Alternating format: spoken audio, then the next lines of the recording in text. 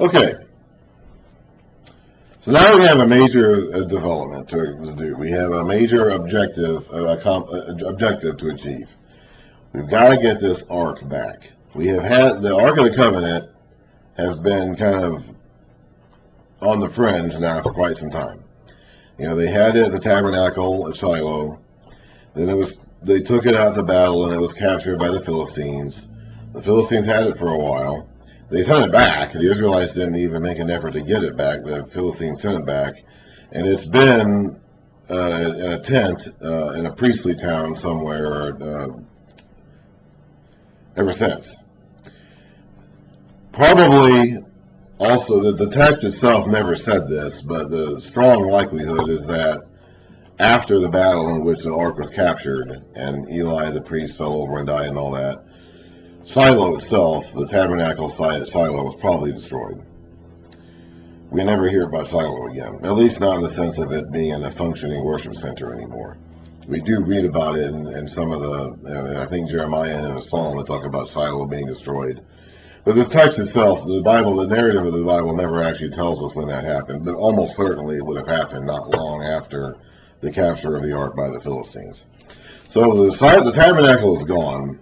We're never going to see it again. Like it's history. It's legitimately a thing of the past at this point. But the ark is still around. It's not being housed in the proper tabernacle any longer, but it's still around. And we got to start fixing this problem and getting our worship center back up and running again. David again brought, this is 2 Samuel chapter 6. David again brought together out of Israel chosen men, 30,000 in all. He and all his men set out from Bela of Judah to bring up from there the ark of God, which is called by the name of the Lord Almighty, who is enthroned between the cherubim that are on the ark. You remember this ark was in the shape of a box and had these cherubim statues facing each other on either end of the box. They were on either end of the box, they faced each other, they had these wings that stretched out and touched each other. And on top of those wings was the presence of God. So there was literally like God's chair, his throne, his movable throne. So God's presence dwelt above the cherubim on this of the Ark of the Covenant. They set the Ark of God on a new cart and brought it from the house of Abinadab, which was on a hill. They're not supposed to carry the Ark by a cart. Way back when God first told them how he wanted them to do this, he told them to make poles for the ark.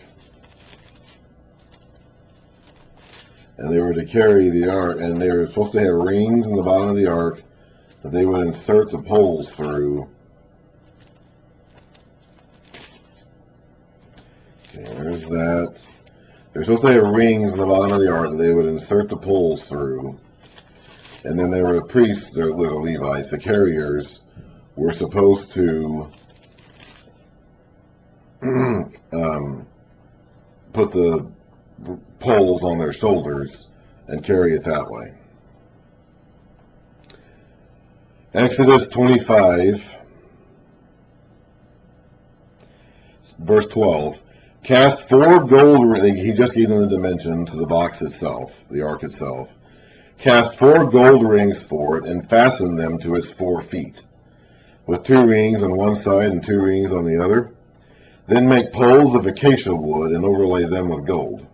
Insert the poles into the rings on the sides of the chest to carry it. The poles which remain in the rings of this ark, they are not to be removed. Then put in, so they're not even supposed to take those poles out. Once those poles were in place, they're supposed to stay in place. And then when you carried it, you picked it up by the poles and set it on your shoulders and carried it that way.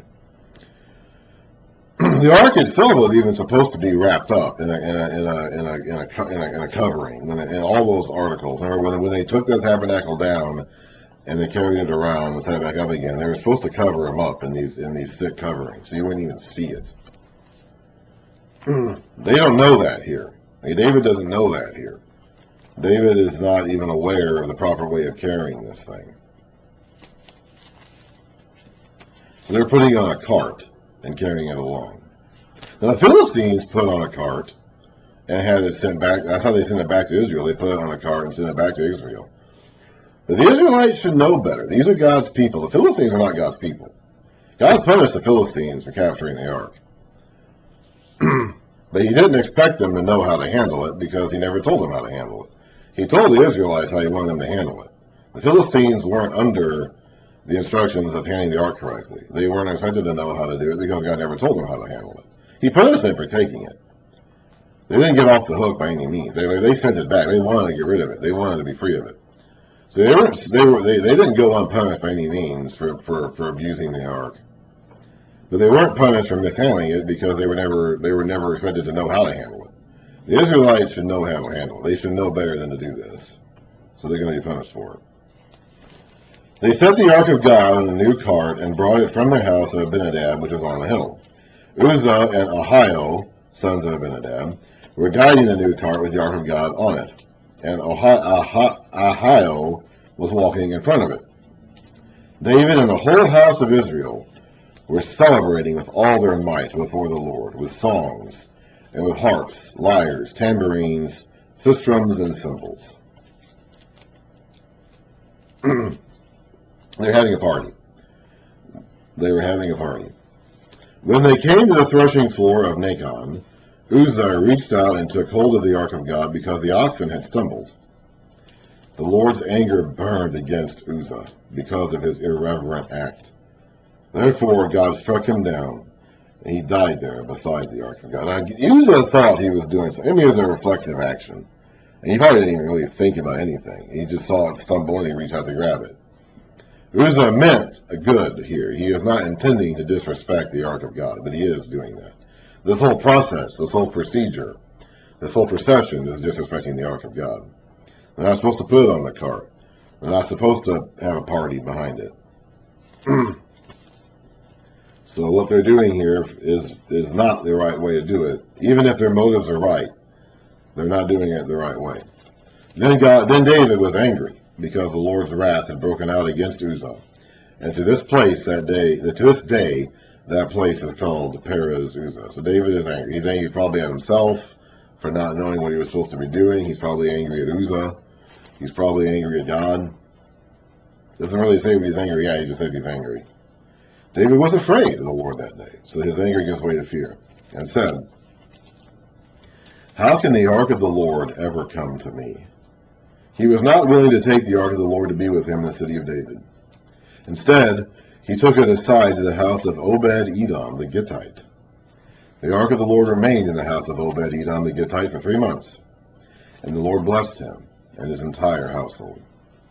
Now, King David was told, "The Lord has blessed the household of Obed-Edom and everything he has because of the ark of God." Well, the king wants that blessing, doesn't he? That's not going to sit well with the king. The king's supposed to have that blessing, not some Obed-Edom. So David went down and brought up the ark of the God from the house of Obed-Edom to the city of David with rejoicing.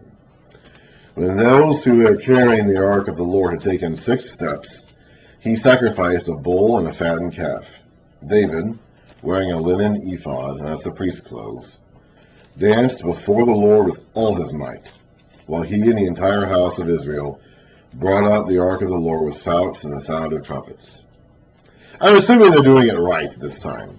I'm assuming he took those 3 months to investigate exactly how they're supposed to carry it. He is also probably not the one ministering these sacrifices himself. When it says he's offering these calves, he's probably just providing the calves for the offering. I'm sure that he's actually having a priest provide the priest was supposed to be the one who actually officiated the offering. Now, you brought the offering. It was your offering. You brought the animal. But the priest, and you did something. You killed the animal. It's like when you brought the animal up to the altar, you killed it. You're the one who did that. But the priest did everything else. After you killed the animal, the priest actually did all of the cutting and the burning and the flaying and all that himself, because he's the only one who could approach the altar. I don't think David is taking it upon himself to do that. He's offering the sacrifices. He's providing the animals, but I don't think he's taking the place of the priest and doing the actual sacrifice ritual himself. He is wearing a priestly ephod, though. So he is seeing himself as like a minister of the Lord here. The text doesn't criticize him for it, so I'm assuming I think we can assume that he is following proper protocol. As the ark of the Lord was entering the city of David, Michal, remember her, daughter of Saul, watched from a window. And when she saw King David leaping and dancing before the Lord, she despised him in her heart. She thought he was making a fool of himself, and making a fool of her, his first wife, the top of the king, the leader of his harem. She thought he was embarrassing himself and her. She used to be infatuated with David. That youthful infatuation is gone. They brought the ark of the Lord and set it in its place inside the tent that David had pitched for it. And this is not the tabernacle. This is just a tent. And David said, the tabernacle is gone. We're not going to see it again. It's history. This is just a tent. And David sacrificed the burnt offerings and the fellowship offerings before the Lord. Again, he's probably not actually doing it. He's probably bringing the animals and doing his part, but the priests are doing the rest. We have to make that clear because sometimes the kings, like Saul, this happened to Saul. Samuel went after Saul for offering sacrifices himself and not waiting for him to come. Uzziah is going to, a later king, a good king, is going to offer sacrifices himself. And, the kings are not supposed to do that. That was a priest's job. And the kings, despite all their authority and power, they didn't get to do what the priests did. And so when you see the mention of the kings offering sacrifices without criticism, that means most likely they're providing the offerings, but the priests themselves are conducting the actual ritual. Excuse me, my throat is going, my voice is going. After he had finished sacrificing the burnt offerings and fellowship offerings, he blessed the people in the name of the Lord Almighty. Then he gave a loaf of bread, a cake of dates, and a cake of raisins to each person in the whole crowd of Israelites, both men and women. Now previously, when they had the coronation ceremony, they had to bring their own food. Enough time has passed, and David has assimilated his power so much and his resources, and now he can provide the food. And all the people went to their homes. When David returned home to bless his household, Michal, daughter of Saul, came out to meet him and said, "How the king of Israel distinguished himself today, disrobing in the sight of the slave girls of his servants, as any vulgar fellow would." So she thought he was acting embarrassing. I don't know what this ephod is. I don't know if maybe this ephod was like a tunic or a dress almost that might have, what is my computer doing? That might have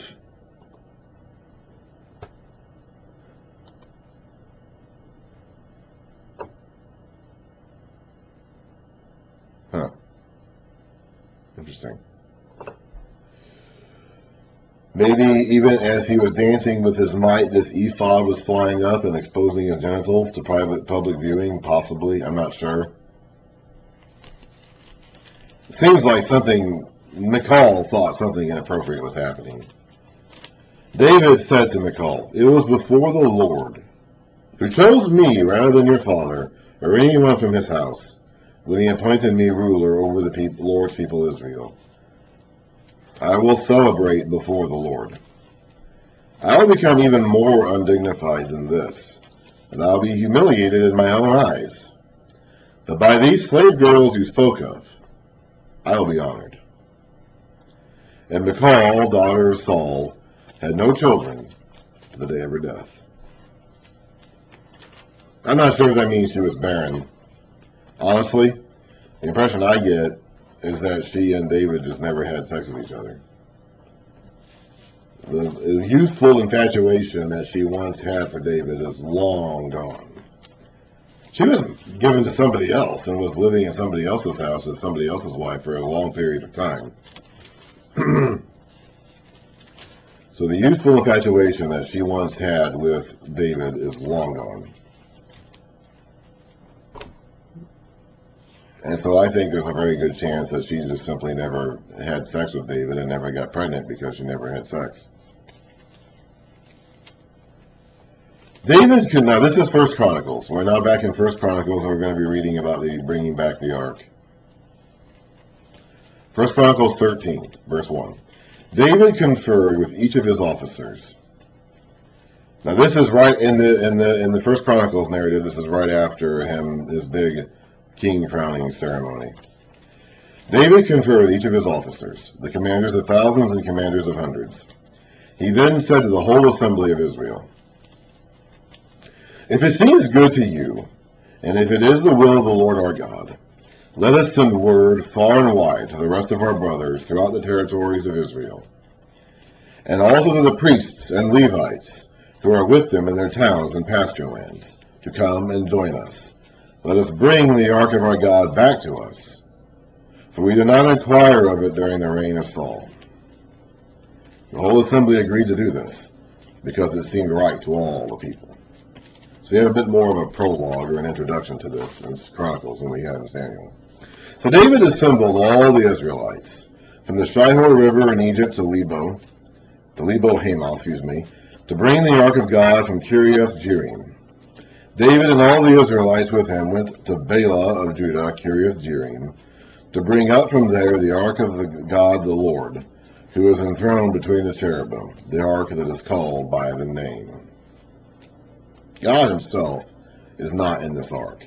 Just like when he's in the temple, when they build the temple a little bit later, God himself will not be in the temple, but his name will dwell there. It'll be a dwelling place for his name. God himself is all over the place. A tent can't hold him, a temple can't hold him, a box can't hold him, but his name will dwell there. His name already dwells between the cherubim, on the top of the cherubim on the ark. They moved the ark of God from Abinadab's house on a new cart, with Uzzah and Ahio guiding it. David and all the Israelites were celebrating with all their might before God, with songs, with harps, lyres, tambourines, cymbals, and trumpets. When they came to the threshing floor of Kidon, Uzzah reached out his hand to steady the ark because the oxen stumbled. The Lord's anger burned against Uzzah, and he struck him down because he had put his hand on the ark. So he died there before God. And then David was angry because the Lord's wrath had broken out against Uzzah, and to this day that place is called Perez Uzzah, which means outbreak against Uzzah. David was afraid of God that day and asked, "How can I ever bring the ark of God to me?" He did not take the ark to be with him in the city of David. Instead, he took it aside to the house of Obed-Edom the Gittite. The ark of God remained with the family of Obed-Edom in his house for 3 months, and the Lord blessed his household and everything he had. My voice is going, so I'm not. The actual story of them bringing it to the ark to Jerusalem is in chapter 15, but there is a little bit of text here in chapter 14 that I want to read to match what we covered earlier in 2 Samuel. Now Hiram, king of Tyre, sent messengers to David, along with cedar logs, stonemasons, and carpenters to build a palace for him. And David knew that the Lord had established him as king over Israel, and that his kingdom had been highly exalted for the sake of his people Israel. In Jerusalem, David took more wives and became the father of more sons and daughters. These are the names of the children born to him there: Shammua, Shobab, Nathan, Solomon, Ibhar, Elushua, Elpelet, Noga, Nifeg, Japhia, Elishama, Biliada, and Eliphalet.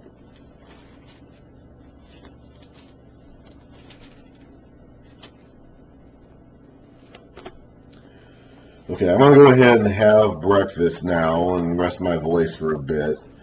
I do want to get through 1 Chronicles 15 and 16 still today, because that is the Chronicles account of the ark actually being brought to Jerusalem. So I want to get to that. I do want to get to that, but I got to rest my voice. I'm going to go ahead and have some food too. So I'll get back to that later.